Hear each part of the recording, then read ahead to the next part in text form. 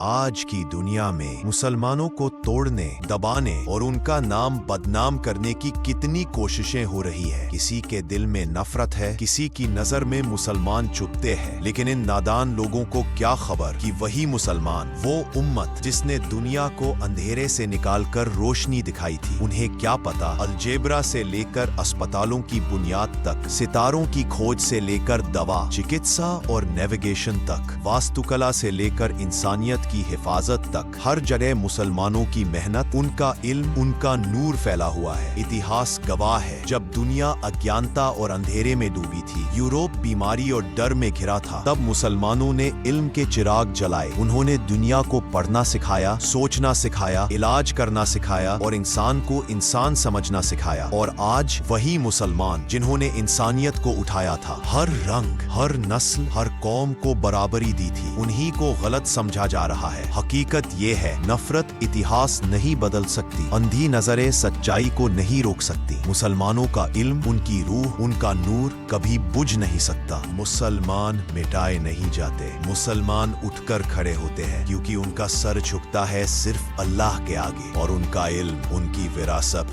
آج بھی دنیا کی نیو ہے۔ اب چلیے چلتے ہیں اتہاس کی اس سنہری منزل کی اور۔ 8ویں صدی، عباسی خلیفہ ہارون الرشید اور ان کے بیٹے المامون نے ایک ایسا سنستھان بنایا جس نے دنیا کا نقشہ بدل دیا۔ ہاؤس آف وزڈم، بیت الحکمہ۔ یہ صرف کتابوں کی الماری نہیں تھا، یہ تھا دنیا بھر کے گیان کو اکٹھا کرنے، اسے تراشنے اور انسانیت تک پہنچانے کا سب سے بڑا کیندر۔ یونانی، فارسی، ہندوستانی، مصری، ہر تہذیب کی کتابیں یہاں عربی میں ٹرانسلیٹ ہوتی تھی۔ حنین ابن اسحاق، مہان فزیشین جنہوں نے سینکڑوں میڈیکل اور فلسافیکل گرنتھوں کا انواد کیا۔ الکندی، عربوں کے فلسفر جنہوں نے میتھمیٹکس اور نیچرل سائنسز میں نئی راہیں کھول دی۔ الفارابی، جنہوں نے لاجک اور پولیٹیکل فلسفی کو ایک نئی دشا دی۔ بیت الحکمہ صرف ایک عمارت نہیں، بلکہ دنیا کی ماڈرن سائنس کی نیو تھا۔ الخوارزمی، الجبرا کے پتا، الجبرا، یہی شبد آگے چل کر الجبرا بنا۔ آج کے کمپیوٹرز، الگوریدمز اور آدھونک گنت، سب کی جڑ وہیں سے نکلی۔ اگر یہ نہ ہوتا تو کمپیوٹنگ، انجینئرنگ،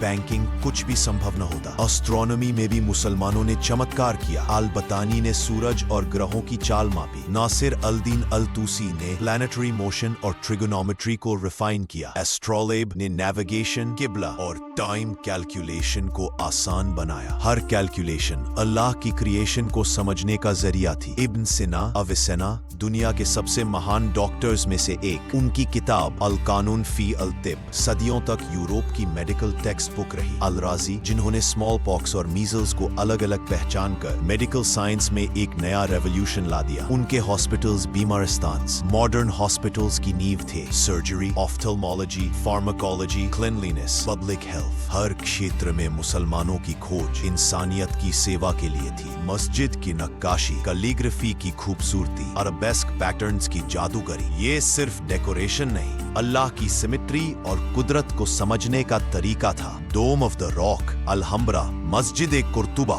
ہر عمارت جیومیٹری، میتھمیٹکس اور اسپرچولیٹی کا سنگم ہے۔ کیلیگرافرز جیسے ابن مقلا نے عربک اسکرپٹ کو شیپ دیا۔ لٹریچر، پوئٹری، فلسفی، میوزک، ہر کلا کا مقصد انسان کو اللہ کے قریب لانا تھا۔ مسلم سویلائزیشن کا سب سے بڑا کمال یہ تھا کہ یہاں سائنس اور فیتھ ایک دوسرے کے دشمن نہیں تھے، بلکہ دونوں مل کر برہمانڈ کو سمجھاتے تھے۔ ستاروں کو دیکھ کر توحید محسوس ہوتی تھی، دوا دے کر انسانیت کی سیوا ہوتی تھی، گنت پڑھ کر برہمانڈ کی بھاشا سمجھی جاتی تھی۔ اسلامک سویلائزیشن صرف نالج نہیں، بلکہ اسپرچولیٹی، ایتھکس اور ہیومینٹی کا نور تھا۔ آج بھی ہماری پہچان وہی ہے، علم، ایمان، اخلاق، انسانیت۔ اگر ہم اپنے اندر وہی جنون، وہی تڑپ جگا دیں تو ہم بھی دنیا بدل سکتے ہیں، ہم بھی انسانیت کو روشن کر سکتے ہیں، ہم بھی علم کے راستے پر چل کر اللہ کی رضا حاصل کر سکتے ہیں۔ مسلمان کی طاقت صرف داڑھی یا ٹوپی نہیں، اصل طاقت ہے علم، عمل، حکمت اور روشنی پھیلانا۔ آج اٹھو، خود کو اپنے رب سے جوڑو اور اسی راہ پر چلو جس نے صدیوں پہلے دنیا کو روشن کیا تھا۔